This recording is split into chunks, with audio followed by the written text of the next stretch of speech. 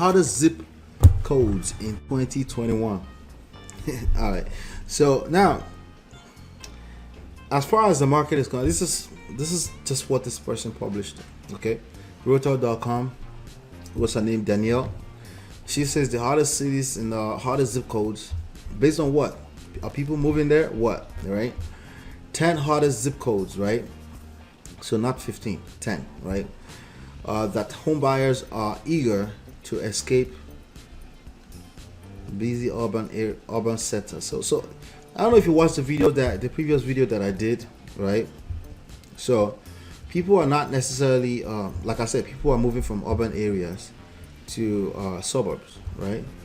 Even people that would typically not do that, they're trying to get closer to the job. But again, a lot of factors are becoming less factors these days. Okay, a lot of things are becoming less and less important these days. So you want to make sure that you're paying attention to what is trendy in the market at any point in time. What is trendy in the market? Now we're talking about migration, right? From one city to the other, from certain areas to the other, from certain types of houses to the other, right? Now you'll find that in recent times, there's a lot of kids doing the house hacking thing, right? Do you know about the house hacking? Where basically a college kid or maybe a fresh out of college kid will say, hey, I'm buying a 3-family house, okay? And I'm gonna get some, I'm gonna get 50 roommates to share the money with me. We pay that. I'm building equity. I know, I'm exaggerating a little bit, right? I'm building equity. They're paying for it. I don't have to pay anything. I just use my own little corner of the house, right? So you have things like that, and I have seen people say, yeah, that's not going to work. Actually, it does work. If you don't have kids, you don't have a family to look after, it's just you, it can work. It can come with its own different types of headache. There's a video here that I put out earlier about with Spencer. There's a YouTube kid called Spencer who is doing this house hacking thing, right? So in this video where he was being interviewed by Graham Stephan, he was talking about the ups and the downsides of doing the house hacking thing, right? It's not exactly fun, just like any money-making activity, right?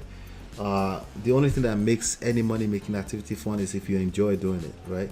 But every money you make, you will work for it, right? Everyone will pay their dues. It's just a fact of life, right? But with that being said, there's also the factor of we're in a different age, different time, right? So some things are just easier. And if you jump in the market early enough, you enjoy it before everyone bombards it. So case in point, digital marketing with real estate wholesaling, right? If you understand how to leverage those two things together, you make money even if you don't close any deals. And then you increase your chances of closing more deals. Why? Because you have money to market, like the gurus, right? Now, what I just said very simply will go over a lot of people's head. If you want to know more about that, just come on inside Flip Houses Nationwide Masterclass, right? FlipHousesNationwide.com. Now, with that being said, here's a list, and let's see what this is based on. How home buyers are eager to escape busy urban centers for more affordable, less dense suburbs. So I talked about that in a different video, but here's some numbers indicating how that is reflected on Realtor.com. Let me see here how long ago this was published. Let's see. I can't see a date. But anyway, they're saying 2021. Anyway, so all right. So shoppers are still determined to score a home in their dream neighborhoods. That's still a fact of life, right? Remember, I said people don't want to drive 5 miles before they get to a Walmart. They should be able to get to Walmart after a few traffic lights, right? With some of last year's top housing markets and even some specific zip codes returning to the list. Okay, buyers who were eyeing these locales last year have remained persistent. Okay, so you find that some areas, some locations tend to be consistent across board. Okay, they're consistent across board. Now, if you remember, I talked to you about how Zillow and Realtor and how they're looking at what's happening in a particular market. I talked about how many people are clicking to look at houses and how long those houses are staying on the market, and you can see that information right here, right? Okay, so now let's look here. And contributing to a blistering pace of sales where homes are locked down mere days after they go up for sale. Okay, so that's happening right now. Like I said, houses are selling, people are overbidding for a property, right? People are literally overbidding for property right now. It's happening. Why? Because first of all, it's easy for people to search houses on the internet. There's also low inventory. There's a few other factors, right? Half of the zip codes on the list are in the Northeast, okay, with Western, Southern, and Midwestern. Yep.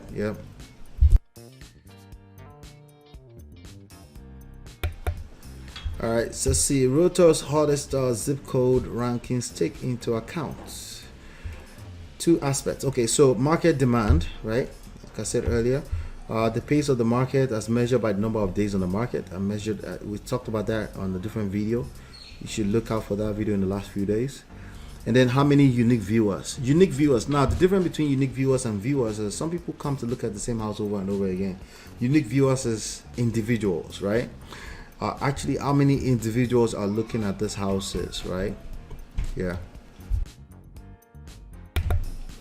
All right. So, sorry about that.